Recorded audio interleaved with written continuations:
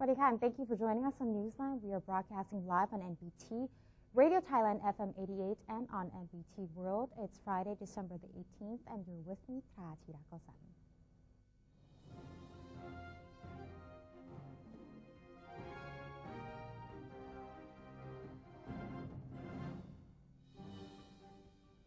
And welcome to today's segment of Thailand Moves Forward.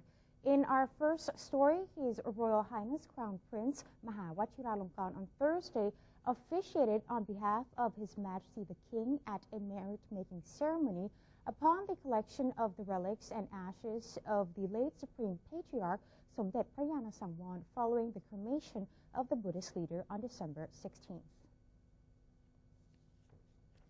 His Royal Highness yesterday morning presided over the relic and ash collection rite for the late Supreme Patriarch at the crematorium of Thepsare Monastery.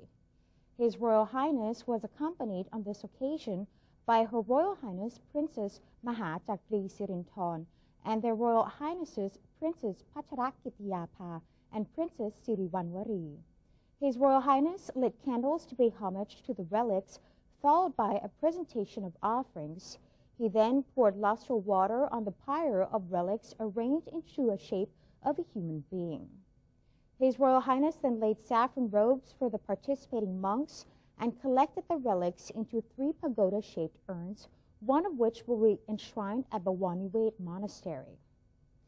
His Royal Highness also presented commemorative prayer fans and offered food to monks.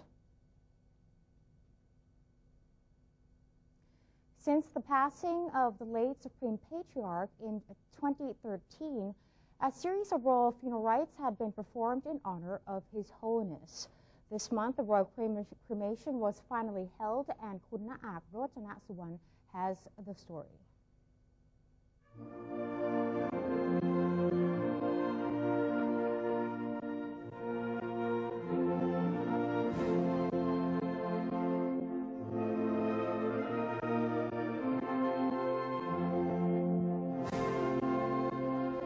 The royal funeral of His Holiness took several days, involving royal merit-making ceremonies, the actual cremation which took place at Wat Thepsarintrawat, the ceremony of collecting the relics and ashes of His Holiness, and the ceremony of enshrining the sacred ashes of the late Supreme Patriarch at Wat Bawaniwet.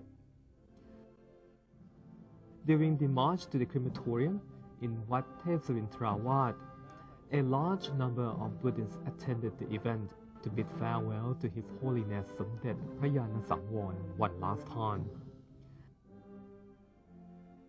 During his more than 70 years in priesthood, Somdet Prayana Sangwon had held a variety of posts in the Thai ecclesiastic hierarchy.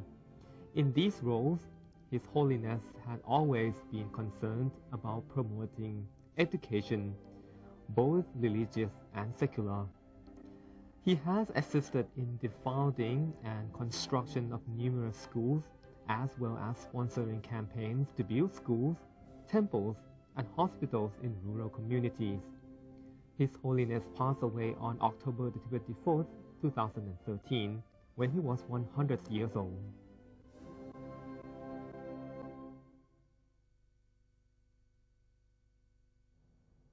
U.S. Assistant Secretary of State for East Asian and Pacific Affairs Daniel R. Russell has met with the Thai Prime Minister to strengthen relations between both nations. Mr. Russell said although the U.S. government has had a better understanding of the current situation in Thailand, but the American public and media remain unclear about certain issues, including human rights, freedom of expression, and human trafficking. Prime Minister General Prayut Chan-o-cha reiterated to the Assistant Secretary of State that he is determined to restore balance between democracy and national security and individual rights and freedoms. He also stressed that he did not want Thailand to experience another political quagmire. The Premier added that Thailand will have a transparent government where everyone has a say under the new constitution. Members of the media and the Thai public will be able to express their views publicly as long as they do not lead to social unrest. Mr. Russell also paid a courtesy call on Foreign Minister Minister Don Paramarwinai on the occasion of his visit to Thailand. Also present were His Excellency Glenn T. Davis, the U.S. Ambassador to Thailand, and Mr. W. Patrick Murphy, the Chargé d'Affaires of the United States to Thailand. Mr. Russell said that he appreciated the substantive and productive meeting related to the cooperation between Thailand and the U.S. on bilateral, regional, and global issues. He and the foreign minister discussed the U.S.-Thai relations, the ASEAN-U.S. agenda, less developed neighboring countries, the world economy, transnational threats, and human trafficking. Relationship. I made clear to the foreign minister what I have said to each of my counterparts, and which I have said publicly as well, that Thailand is a friend, and the United States benefits when our friend is unified, our friend is stable and secure, when our friend is growing, more prosperous, and we are working together to those ends. The meeting strengthened and reaffirmed the tradition of cooperation between the two countries, and this visit to Thailand has been very productive. The U.S. Assistant Secretary of State also expressed appreciation to the Ministry of Foreign Affairs for holding the 5th Strategic Dialogue and arranging the courtesy call. The National Legislative Assembly, or NLA, has approved the enactment of the Executive Decree on Fisheries 2015. And the Ministry of Agriculture and Cooperatives assures that the new law will solve long-standing issues in the country's fishery industry. The NLA passed the Executive Decree as law with 172 votes in favor, 1 against, and 5 abstentions. Agriculture and Cooperatives Minister General Chachai Sari Kanya said the updated law includes more comprehensive measures to combat illegal, unreported, and unregulated, or IUU, fishing activities in the country. The newly enacted law, which was decreed last month on November 14th, is aimed at removing Thailand from the European Union's yellow card list, which consists of countries that have not taken steps in preventing and combating IUU fishing. Under the new law, fishing permits will be approved in accordance with the abundance of marine resources and clear classification of fishing areas, freshwater, local, or commercial fishing. A National Fishery Committee will be established and chaired by the Prime Minister, which will include state officials and the private sector to determine fishery policies. The International Conference on World Food Policy is currently being held in Bangkok from December 17th until the 18th, discussing the past and the future of the world food economy.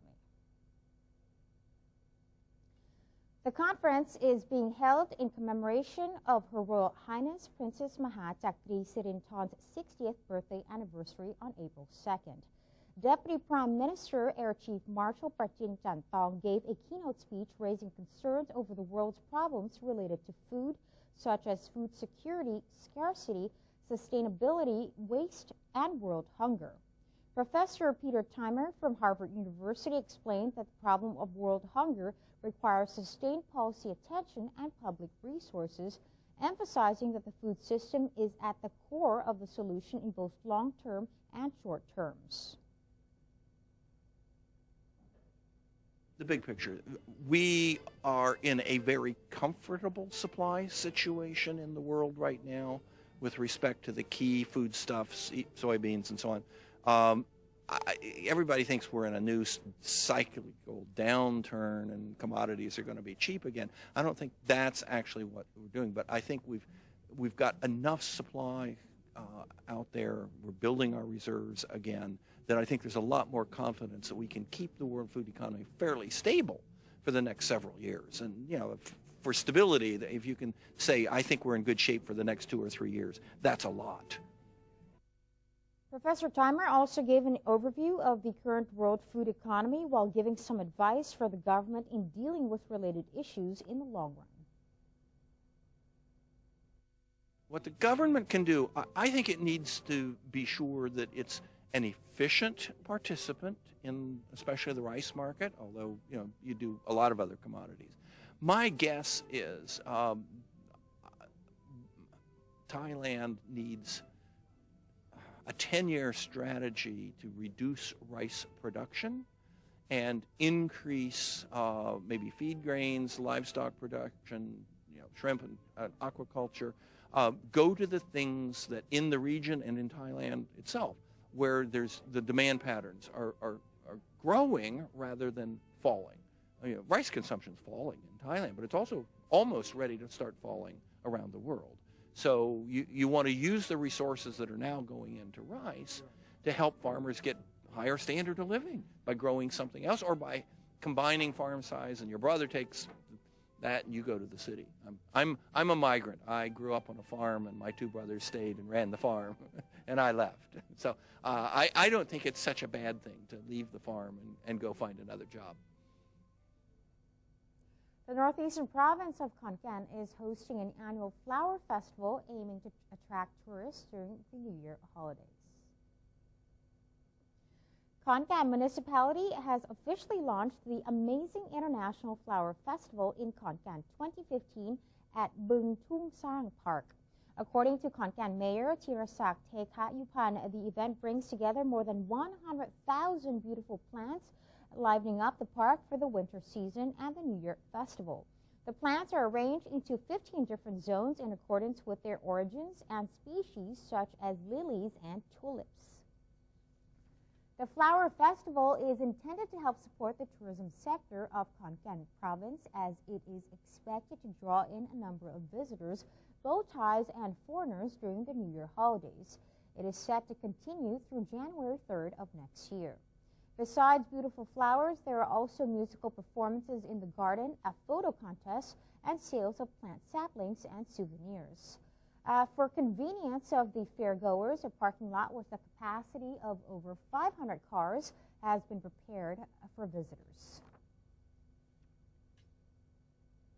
And elsewhere, tourists at Ao Phang Nga National Park have been able to catch a rare glimpse of a whale shark that visited the area. Officials at the national park were able to capture video footage of the whale shark as it swam into more shallow waters along Got Hong at Phi Phi Islands. The last sighting was in October of this year and was considered evidence of the area's attractiveness to marine wildlife. Officials said that whale sharks generally reside in deeper water levels. However, their familiarity with humans have made them more willing to swim near boats. Therefore, tourists have been advised against feeding or making contact with the sharks, as they could cause unintended injuries. And that's the end of today's edition of Thailand Moves Forward. Before we take a quick break, let's take a look at the exchange rates and commodity prices.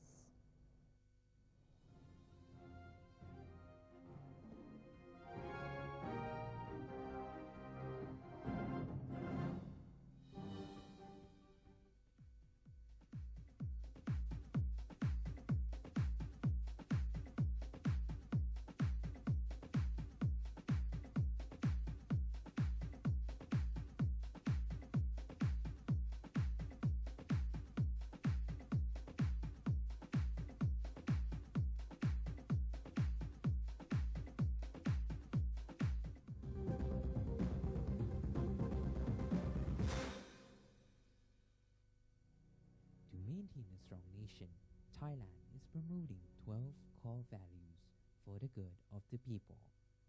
First among them, to uphold the three pillars: the nation, religion, and the monarchy.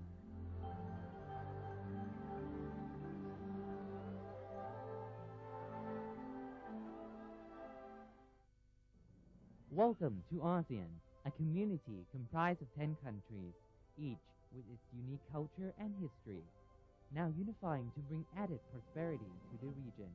For centuries, each country remained independent, but now we are coming together to compete in the 21st century globalized world. ASEAN is bringing together more than 600 million citizens and a total land area of 4.4 million square kilometers, and is providing economic opportunities, trade, travel, and new educational possibilities. The combined GDP of all 10 ASEAN countries comes to a total of $2.4 trillion, which means the ASEAN entity ranks amongst the world's major economic powers. The future is here. Welcome to ASEAN, the community of opportunities. The Southeast Asia region is now becoming one.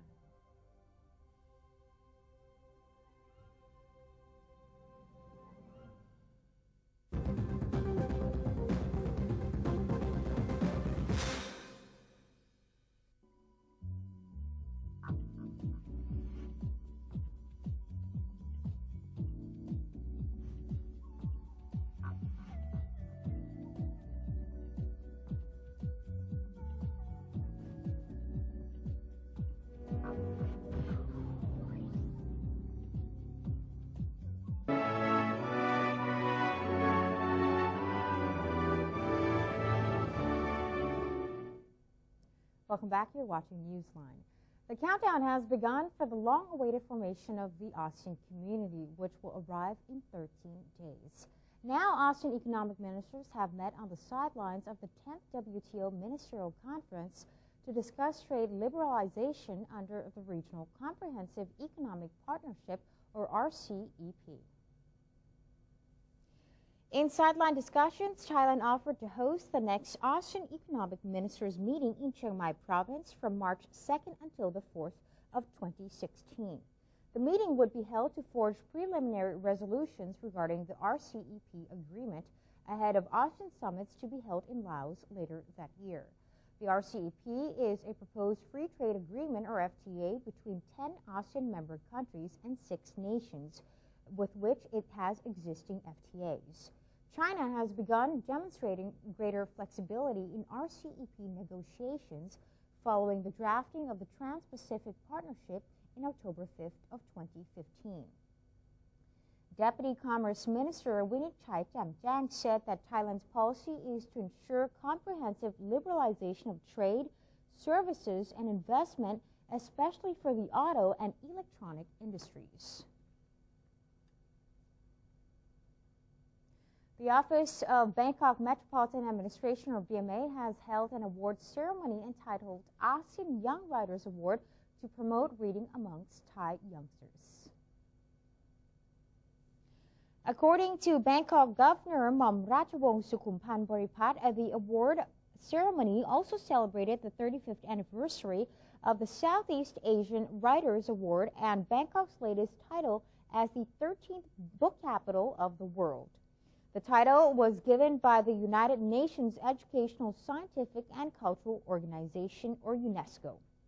Young writers from the ASEAN region were able to submit their short stories either in their native language or in English. One of the judges, Mrs. Surapipan Chatraporn, said that more than 1,400 short stories were submitted. The ASEAN Young Writers Award for this year, this is the first year of the ASEAN Young Writers Award. It's the one and the only award for young writers in the region. For this year, the category is short story, and we have the short story written in both the English language and the national language. The reason why we have 2 languages is that we would like to promote the love of writing and the love of reading in the young people for their national language, and also because we are becoming ASEAN at the end of this year, so we would like to promote the use of the English language. And with the use of the English language, readers from all around the ASEAN region as well as all around the world could read and appreciate the works of the short story. 2 writers from Thailand, Mr. Warapon Thawon Waranon and Ms. Cherntawan Suwanpanit, were among the award-winning writers recognized at the contest. Mr. Warapon won an award for his short story in Thai, while Ms. Cherntawan for her English language story titled Dalaya Everlasting. Both their stories will later be published as part of an anthology of the award-winning stories. What would be a wonderful award to get all the ASEAN young writers together to have a very good dialogue between one another, because we have 10 ASEAN countries together and we have entries for all these 10 ASEAN countries and the judging committee from 10 ASEAN countries as well. So we have the dialogue between the judging committee, the organizing committee, as well as the dialogue between the awardees and also those candidates who submit their work to us. So this will create very good dialogue and create very good understanding between people in the region.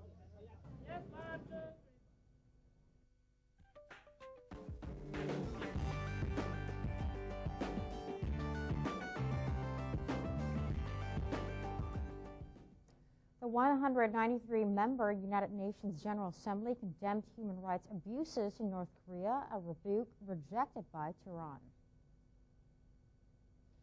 The North Korea resolution was adopted with 119 votes in favor, 19 against, and 48 abstentions. General Assembly resolutions are non-binding but carry political weight. The resolutions on human rights in Iran and North Korea have become an annual event. The resolution in North Korea, which was drafted by the European Union and Japan, urged the Security Council to consider referring the situation in North Korea to the International Criminal Court. However, diplomats say Pyongyang's ally China would veto such a move by the 15-member council. Pyongyang allied China, Russia, Syria, Sudan, Cuba, Egypt, and Iran were among the states that voted against the resolution. Iraqi forces are making advances on the outskirts of the western city of Ramadi, liberating a number of neighborhoods and dislodging militants of the Islamic State. A press release issued on Tuesday by War Media, the media arm of the Iraqi Armed Forces, said the troops of counterterrorism forces have managed to liberate Al-Hukmi al-Mahali neighborhood in the district of Al-Tamim and a large glass factory on the western outskirts of Ramadi, raising an Iraqi flag over its tower. The statement said that the Islamic State had incurred heavy losses in both lives and equipment. Army officials said earlier this month that Iraqi security forces made advances on two fronts in the city of Ramadi, clearing Islamic State militants from a key military command base and a sprawling neighborhood on its western edge.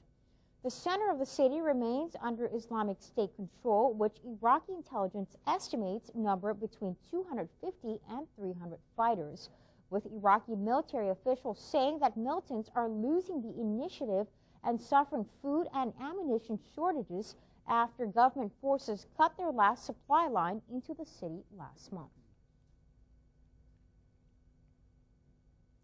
And that's it for today's edition of Newsline. For any comments or suggestions, please feel free to email them to us at newsline.nbt@gmail.com. You can also follow us on Facebook. Just simply type in NNT or check out our website at thainews.prd.go.th/en. We are going to say goodbye with two giraffe calves at the San Diego Zoo receiving specialized care and treatment to help them cope after the loss of their mother. I'm Pra Tirakosan. Have a wonderful day. Swadee ka.